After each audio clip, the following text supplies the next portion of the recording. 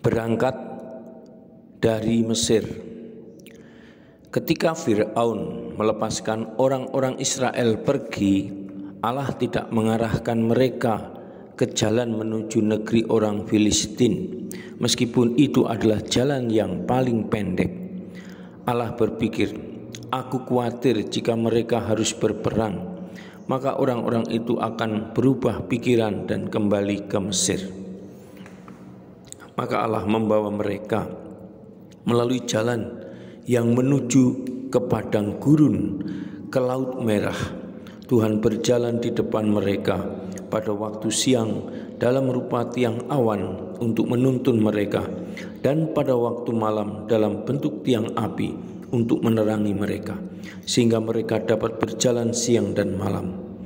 Tiang awan pada waktu siang dan tiang api pada waktu malam tidak pernah meninggalkan umat Israel.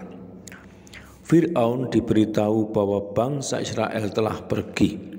Pada waktu itu, ia dan para pejabatnya berubah pikiran mengenai orang-orang Israel. Apa yang telah kita lakukan? Teriak mereka. Kita telah membebaskan orang Israel. Mereka tidak mau lagi melayani kita. Maka Fir'aun memerintahkan agar mempersiapkan kereta dan pasukannya.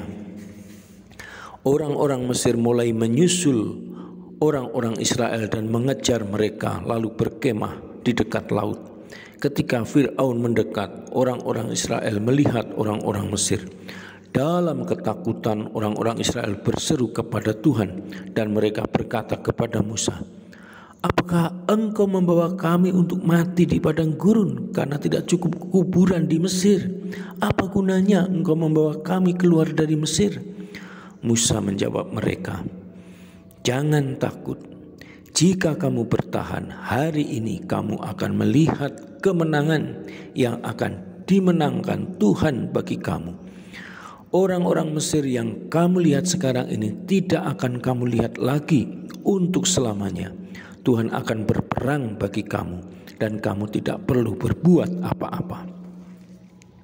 Kemudian Tuhan berkata kepada Musa, perintahkanlah orang-orang Israel untuk berjalan terus. Sementara itu angkat tongkatmu dan acungkan tanganmu ke laut, dan air akan terbagi sehingga orang Israel dapat berjalan di tanah yang kering. Tiang awan yang ada di depan mereka bergerak dan berdiri di belakang mereka. Tiang awan itu berada di antara pasukan Mesir dan pasukan Israel. Sebagian awan itu gelap, sehingga sepanjang malam kedua pasukan itu tidak dapat saling menyerang.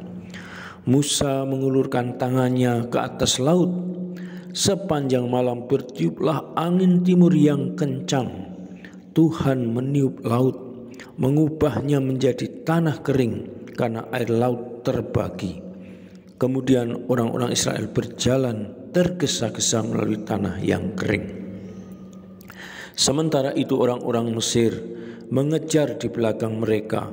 Semua kuda, kereta perang dan pasukan berkuda Fir'aun mengejar mereka sampai di tengah laut.